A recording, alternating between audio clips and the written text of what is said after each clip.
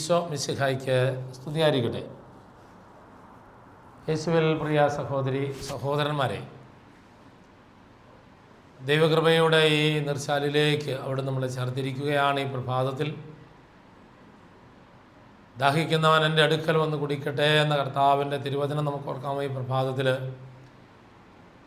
അവിടുത്തെ സ്നേഹവും വാത്സല്യവും നുകർന്നുകൊണ്ട് ഈ പ്രഭാതത്തിൽ നമുക്ക് ദൈവത്തെ മഹത്വപ്പെടുത്താം. ഹല്ലേലൂയ, ഹല്ലേലൂയ, ഹല്ലേലൂയ, ഹല്ലേലൂയ, ഹല്ലേലൂയ, ഹല്ലേലൂയ, ഹല്ലേലൂയ, ഹല്ലേലൂയ. ദൈവമേ നന്ദി, ദൈവമേ സ്തുതി, ദൈവമേ സ്തോത്രം, ദൈവമേ ആരാധന. ഹല്ലേലൂയ, ഹല്ലേലൂയ, ഹല്ലേലൂയ. വളരെ നമ്മൾ ഈ പ്രഭാതത്തിൽ വായിച്ച് ധ്യാനിക്കുന്ന ഒരു തിരുവചനം എഫേസ്യർക്കെഴുതിയ ലേഖനം 2-ാം അധ്യായത്തിൻ്റെ 10-ാം തിരുവചനമാണ്. നാം ദൈവത്തിൻ്റെ കരവേലയാണ്. നാം ചെയ്യാൻ വേണ്ടി ദൈവം മുൻകൂട്ടി ഒരുക്കിയ സൽപ്രവർത്തികൾക്കായി യേശു ക്രിസ്തുവിൽ സൃഷ്ടിക്കപ്പെട്ടവരാണ്. അപ്പോൾ ഒരു ക്രിസ്ത്യാനി എന്നുള്ള നിലയിൽ നമ്മളെക്കുറിച്ചുള്ള ദൈവത്തിൻ്റെ ഒരു ചിന്ത പങ്കുവയ്ക്കുന്നതാണ് ഇവിടെ. നാം ദൈവത്തിൻ്റെ കരവേലയാണ്. നാം എന്ന് പറഞ്ഞാൽ അത് ലോകം മുഴുവനിലുള്ളവർ അങ്ങനെയാണ്. ഈ പ്രപഞ്ചം മുഴുവൻ ദൈവത്തിൻ്റെ കരവേലയാണ്, ഒരു സംശയവുമില്ല. ജീവനുള്ളതും ജീവനില്ലാത്തതും സകല ചരാചരങ്ങളും ദൈവത്തിൻ്റെ കരവേലയാണ്. ഇനി നമ്മളുടെ വൈശിഷ്ട്യം എന്താണ് എന്ന് വചനം ചേർത്ത് പറയുകയാണ്. നാം ചെയ്യാൻ വേണ്ടി ദൈവം മുൻകൂട്ടി ഒരുക്കിയ സൽപ്രവർത്തികൾക്കായി യേശു ക്രിസ്തുവിൽ സൃഷ്ടിക്കപ്പെട്ടവരാണ്. നമുക്ക് പ്രത്യേകത എന്താണെന്ന് ചോദിച്ചാൽ, ദൈവം നമ്മളെ സൃഷ്ടിച്ചിരിക്കുന്ന ദൈവത്തിൻ്റെ കരവേലയായിട്ട് നമ്മൾ ഈ ഭൂമിയിൽ സൃഷ്ടിക്കപ്പെട്ടത് വലിയൊരു ദൗത്യം നിർവഹിക്കാൻ വേണ്ടിയാണ്. എങ്ങനെയാണ് നമ്മൾ സൃഷ്ടിക്കപ്പെട്ടതെന്ന് ചോദിച്ചാൽ, ഇവിടെ വചനം പറയുന്നത് യേശു ക്രിസ്തുവിൽ സൃഷ്ടിക്കപ്പെട്ടവരാണ് നമ്മൾ.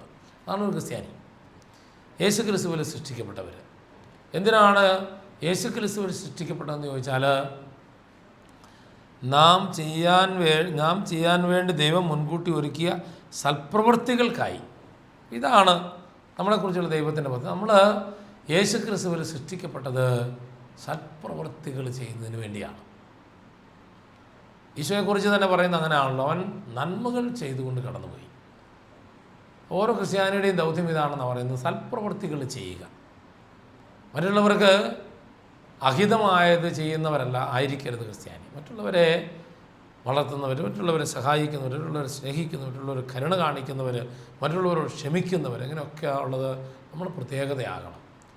അപ്പോൾ നമ്മളുടെ പ്രത്യേകത, ക്രിസ്ത്യാനിയുടെ പ്രത്യേകത, ആദിമസഭയിലെ പ്രത്യേകത അതായിരുന്നു അന്നുണ്ടായിരുന്ന വിജാതീയരെല്ലാം ക്രിസ്ത്യാനികളാക്കി മാറ്റുന്നതിന് ഏറ്റവും അടിസ്ഥാനപരമായിട്ട് നിന്നിരുന്ന ഒരു പുണ്യം എന്ന് പറയുന്നത്, ഈ പ്രതിലോഭങ്ങൾക്കിടയിൽ അല്ലെങ്കിൽ വലിയ പീഡനങ്ങൾക്കിടയിലും അവർ നിഷ്കളങ്ക മനസ്കരായി മറ്റുള്ളവരെ സ്നേഹിക്കുകയും സഹായിക്കുകയും അവരോട് കാരുണ്യം കാണിക്കുകയും ക്ഷമിക്കുകയൊക്കെ ചെയ്യുന്ന വലിയ വ്യക്തിത്വങ്ങൾ, നന്മ ചെയ്യുന്നവർ, സൽപ്രവൃത്തികൾ ചെയ്യുന്നവരായിരുന്നു. നമ്മളിന്ന് ഈ വചനം വായിച്ച് ധ്യാനിക്കുമ്പോൾ നമ്മളോട് കർത്താവ് പറയുന്നത് തന്നെയാണ്, നിങ്ങളും ദൈവത്തിൻ്റെ മക്കളാകാൻ ക്രിസ്തുവിൽ സൃഷ്ടിക്കപ്പെട്ടവരാണ് എന്ന് അഭിമാനിക്കണമെങ്കിൽ നിങ്ങളും ക്രിസ്തുവിനെ പോലെ നന്മ ചെയ്യുന്നവരാകണം.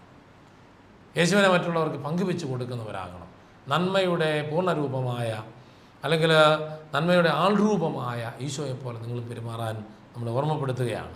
അപ്പോൾ യേശു നമ്മളുടെ ജീവിതത്തിൽ നിറഞ്ഞു നിൽക്കും. നമ്മുടെ ഉദ്യമങ്ങളിലെല്ലാം കർത്താവിൻ്റെ ഇടപെടലുണ്ടാകും. ഇതാണ് അതിൻ്റെ പ്രത്യേകത. യേശുവിൻ്റെയോടെ നമുക്ക് ഈ ദിവസത്തെ വരവേൽക്കാം. നമുക്ക് പ്രാർത്ഥിക്കാം. കാരുണ്യവാനായ കർത്താവേ, അങ്ങയെ ഞങ്ങൾ ആരാധിക്കുന്നു, സ്തുതിക്കുന്നു, മഹത്വപ്പെടുത്തുന്നു. ഞങ്ങൾ അങ്ങയിൽ സൃഷ്ടിക്കപ്പെട്ടവരാണെന്ന് കർത്താവെ ഞങ്ങൾ അറിയുന്നു. അത് മറ്റതിനു വേണ്ടിയല്ല, നന്മ പ്രവൃത്തികൾക്കായി ഞങ്ങളതിനായിട്ട് അവിടുന്ന് സജ്ജരാക്കണമെന്ന് പ്രാർത്ഥിക്കുന്നു.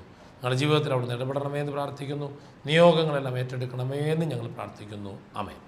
നമ്മുടെ കർത്താവ് ഈശോ മിശിഹായുടെ അനന്തകൃപയും പിതാവായ ദൈവത്തിൻ്റെ നിരന്തര സ്നേഹവും പരിശുദ്ധ റൂഹായുടെ ഇടമറിയാത്ത സാന്നിധ്യവും നമ്മെല്ലാവരോടും കൂടി ഉണ്ടായിരിക്കട്ടെ, ഇപ്പോഴും എപ്പോഴും എന്നേക്കും. ആമേൻ. എല്ലാവർക്കും നല്ല ദിവസവും ദൈവാനുഗ്രഹവും സമ്മാനിക്കുന്നു. നാളെ പ്രഭാതത്തിൽ നമുക്ക് കൃപാദിന പ്രാർത്ഥനയിലൂടെ ഒന്നിച്ചു ചേരാം. 5 മണിക്ക് ദൈവത്തെ മഹത്വപ്പെടുത്താം, ദൈവ കൃപ പ്രാപിക്കാം. ഈശോ മിശിഹായ്ക്ക് സ്തുതിയായിരിക്കട്ടെ.